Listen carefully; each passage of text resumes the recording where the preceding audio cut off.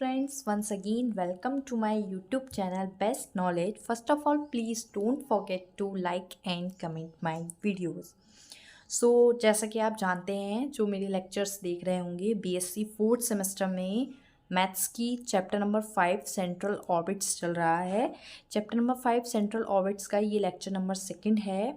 और मैं आपको बता दूं, सारी वीडियोस में कहती हूँ अपनी, और इस लेक्चर में भी कह रही हूँ कि बीएससी फोर्थ सेमेस्टर में मैथ्स की 2 बुक लगी हुई हैं, जिसमें से फर्स्ट बुक के लेक्चर्स कंप्लीट हो चुके हैं। सेकंड बुक जिसका नेम है मैकेनिक्स, उसके लेक्चर्स चल रहे हैं और उसका भी चैप्टर नंबर 5 चल रहा है। अगर आपको प्रीवियस के लेक्चर्स देखने हैं मेरे, तो डिस्क्रिप्शन में उसकी बनी बनाई प्लेलिस्ट का लिंक मैं आपको दे दूँगी। आप वहाँ से जाकर मेरे प्रीवियस के सारे लेक्चर्स देख सकते हैं। या आपको प्रीवियस के चैप्टर्स में कोई टॉपिक देखना है या प्रीवियस का कोई चैप्टर देखना है तो आप वहाँ से जाकर उसको देख सकते हैं। हमारा ये चैप्टर नंबर 5 का एक लेक्चर हो चुका है, जिसमें हमने काफ़ी सारे टॉपिक्स पढ़े थे और उससे रिलेटेड क्वेश्चंस को किया था। ठीक है, जिसमें हमने सेंट्रल ऑर्बिट्स के बारे में पढ़ा था, उसकी डेफिनेशन पढ़ी थी और सेंट्रल ऑर्बिट की इक्वेशन फाइंड करने वाले क्वेश्चन ही किए थे, और साथ में हमने सेंट्रल फोर्स भी पढ़ा था। इस लेक्चर में मैं सेंट्रल ऑर्बिट्स के क्वेश्चन कराऊंगी, इक्वेशन ऑफ सेंट्रल ऑर्बिट्स के, क्योंकि प्रीवियस वाले लेक्चर में हमने सेंट्रल ऑर्बिट की जो इक्वेशन फाइंड करना सीखी थी वो पीडल फॉर्म में करना सीखी थी, और आज हम यहाँ पर पोलर फॉर्म में फाइंड करना सीखेंगे। क्योंकि 2 फॉर्म होती हैं, एक पोलर फॉर्म होती है। मैं आपको दिखा देती हूँ मेरा प्रीवियस का लेक्चर। ये प्रीवियस लेक्चर था सेंट्रल ऑर्बिट का, जिसमें मैंने आपको इक्वेशन ऑफ सेंट्रल ऑर्बिट बताई थी, एक पोलर फॉर्म में बताई थी और एक पीडल फॉर्म में बताई थी। तो पीडल फॉर्म से रिलेटेड क्वेश्चंस कराए थे, पोलर फॉर्म से रिलेटेड क्वेश्चंस आज के लेक्चर में करेंगे। वो तो हम करेंगे, लेकिन उससे पहले कुछ टॉपिक्स हैं इस चैप्टर में जो इम्पॉर्टेंट है। मैं वो टॉपिक बता देती हूँ। मैं यहाँ पर वो टॉपिक नोट कर लेती हूँ और फिर आपको एक्सप्लेन कर दूँगी एक साथ। देखिएगा फ्रेंड्स, मैंने यहाँ पर ये 3 डेफिनेशन नोट की हैं, जिनको मैं एक्सप्लेन करूँगी। आपके चैप्टर में ये 3 डेफिनेशन है, ये टॉपिक है।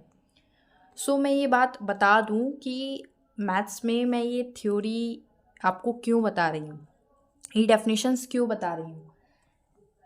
कुछ सेमेस्टर वाइज होने की वजह से कुछ जगह जो फोर्थ सेमेस्टर है वो OMR पैटर्न पर हो रहा है। इट मीन्स उनका जो पैटर्न है वो OMR पैटर्न है। OMR पर उनके एग्ज़ाम होंगे, ऑब्जेक्टिव आएंगे।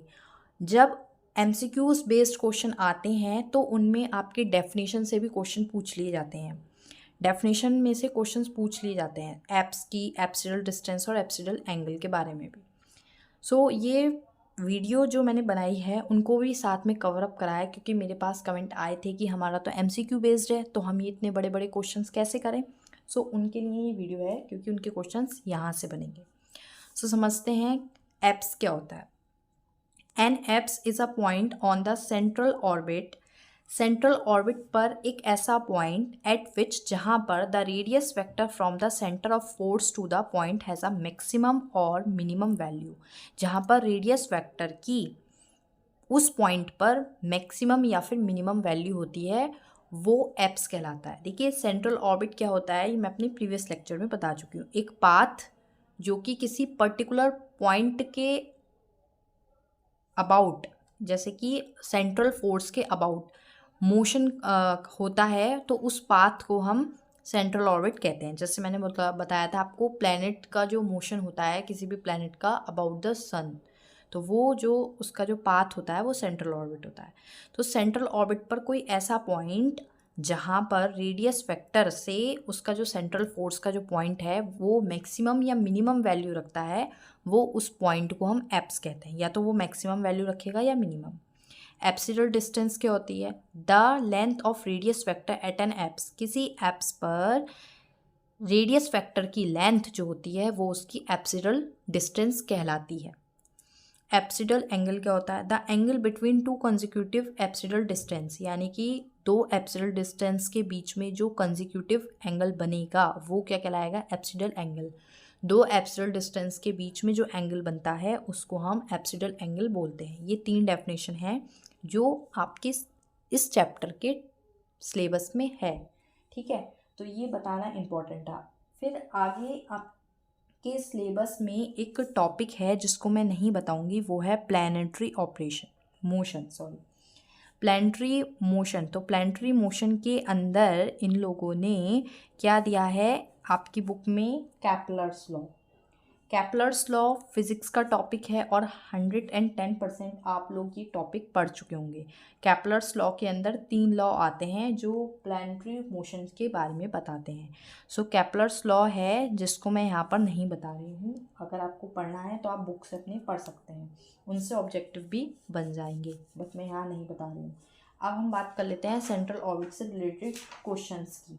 सो क्वेश्चन मैं यहाँ नोट कर देती हूँ, फिर आपको उसको करने का तरीका बताऊँ, ठीक है। देखिएगा फ्रेंड्स, मैंने यहाँ पर क्वेश्चन नोट किया है। क्वेश्चन है if P proportional to 1/r³ then find the equation of central orbit in pedal form. आपको क्या फाइंड करनी है, equation of central orbit in pedal form. So first of all मैं आपको बता दूँ equation of central orbit in pedal form क्या होती है। Equation of central orbit in pedal form होती है d2u/d θ² plus u equals to के p/h²u²। ये अपने प्रीवियस वाले लेक्चर में मैं बता चुकी हूँ, मैंने दोबारा बताया, ये इक्वेशन होती है सेंट्रल ऑर्बिट की पीडल फॉर्म में, d2u/d θ² plus u equals to p/h²u²। ठीक है, जहाँ पर अब हम क्वेश्चन पे आते हैं। क्वेश्चन में आपको क्या चीज़ गिवन है, क्वेश्चन में गिवन है P प्रोपोर्शनल है 1/r³ के, ठीक है। तो मैं अपने प्रीवियस वाले लेक्चर में बता चुकी हूँ, जो R होता है वो 1/u होता है, R की जो वैल्यू होती है वो 1/u के इक्वल होती है। ये इस तरह से लिख देते हैं, u की वैल्यू 1/r, दोनों एक ही बात है। सो अभी हमको यहाँ यूज़ करना ये है, R की वैल्यू कितनी होती है 1/u। सो यहाँ पर मैं लगाती हूँ P प्रोपोर्शनल टू 1/u का whole cube. So P proportional to u³ हो जाएगा, ठीक है। R के प्लेस पे मैंने 1/u लगाया, तो इसका रेसिप्रोकल करेंगे तो u पड़ जाएगा, P प्रोपोर्शनल हो गया u³ के। प्रोपोर्शनल का साइन हटता है तो एक कांस्टेंट आता है, इक्वल लगा के मैंने प्रोपोर्शनल का साइन हटा के कांस्टेंट अटैच किया है म्यू, इसको बोलते हैं म्यू u³। तो P की वैल्यू कितनी आ गई है, P इक्वल्स टू के म्यू u³, ये वैल्यू आ गई है। हमको फाइंड करनी है सेंट्रल ऑर्बिट की इक्वेशन पीडल फॉर्म में, वो ये होती है, P की वैल्यू आ चुकी है। अब हम इस इक्वेशन में P की वैल्यू यहाँ पर पुट कर देंगे। सो इस इक्वेशन का यूज़ करते हुए d2u/d θ² प्लस u, P के प्लेस पर P की वैल्यू पुट करेंगे जो अभी हमने फाइंड की है, म्यू u³/h²u²। और सॉल्व करेंगे और सिंप्लीफाई करेंगे तो d2u/d θ² plus u as it is, mu as it is, and u² से u³ कैंसिल, एक u बचेगा ऊपर, नीचे बचा h²। ठीक है, ये हो गया है इसका आंसर। इसको और सिंप्लीफाई करके बुक में दिया हुआ है, h² को इधर ले गए मल्टीप्लाई में डिवाइड से, d2u/d θ² plus u equals to के म्यू u, ये इसका करेक्ट आंसर दिया हुआ है। तो इस तरह से इसके क्वेश्चंस होंगे। देखिए कितना छोटा और अच्छा सा क्वेश्चन था। इसी तरह का एक और क्वेश्चन लेते हैं और उसको सॉल्व करते हैं, ठीक है। सेकंड क्वेश्चन भी बिल्कुल सेम है, if P equals to mu u⁵ then find the equation of central orbit in pedal form. Again आपको equation of central orbit find करनी है इन पीडल फॉर्म में। सो फर्स्ट ऑफ ऑल आपको जो गिवन है आप वो यहाँ पर लिख लीजिए। गिवन है P इक्वल्स टू के म्यू u⁵, ये चीज़ आपको यहाँ पर गिवन है। सो ये चीज़ देखिए, अभी हमने फाइंड करी थी ये सारी चीज़। अब P की वैल्यू हमने यहाँ पर फाइंड करी थी। देखिए यहाँ पर क्वेश्चन में P की वैल्यू हमने फाइंड की थी और फिर फॉर्मूले में या कह सकते हैं इक्वेशन में सब्स्टिट्यूट कर दी। अब यहाँ पर इस क्वेश्चन में आपको P की वैल्यू गिवन है, सिर्फ और सिर्फ आपको क्या करना है, फॉर्मूले में सब्स्टिट्यूट करना है। तो आप यहाँ पर d2u/d θ² प्लस u, P होता है फॉर्मूले में, P के प्लेस पर सब्स्टिट्यूट कर दीजिए, म्यू u⁵/h²u², ये होती है। इसको जब हम और सॉल्व करेंगे d2u/d θ² प्लस u, एंड यहाँ पर हो जाएगा म्यू u⁵2 से u⁵5 कैंसिल होगा, u⁵3 बचेगा, एंड नीचे h²। इसको और सॉल्व किया है, h² को इधर मल्टीप्लाई में ले गए हैं, तो h² d2u/d θ² plus u equals to के म्यू u⁵3। इस तरह से छोटा सा क्वेश्चन था जिसमें हमने सिर्फ और सिर्फ पीडल फॉर्म में सेंट्रल ऑर्बिट की इक्वेशन फाइंड करनी थी, पी की वैल्यू गिवन थी। तो सिर्फ हमें क्या करना है, फॉर्मूले में पी की वैल्यू को सब्स्टिट्यूट करना है, पी की वैल्यू को यहाँ पर पुट करना है। सो आपको फॉर्मूला याद होना चाहिए, तो इसका फॉर्मूला याद कर लीजिए आप। ये होता है d2v/dt² plus u equals to P over H square U square. So इस चैप्टर में इससे रिलेटेड क्वेश्चन ऐसे ही थे, और मैंने अपने प्रीवियस वाले लेक्चर्स में भी 2-3 क्वेश्चंस कराए हैं। सो इस लेक्चर में ये चैप्टर भी फिनिश होता है। अब हम फर्दर लेक्चर में न्यू चैप्टर करेंगे अपना। आज के लेक्चर में बस इतना ही। Thank you friends for watching my video. Please share, like and comment. अगर फिर भी कोई डाउट हो तो मुझे कमेंट बॉक्स में ज़रूर बताएं, वो डाउट मैं आपका क्लियर कर दूँगी। Thank you friends.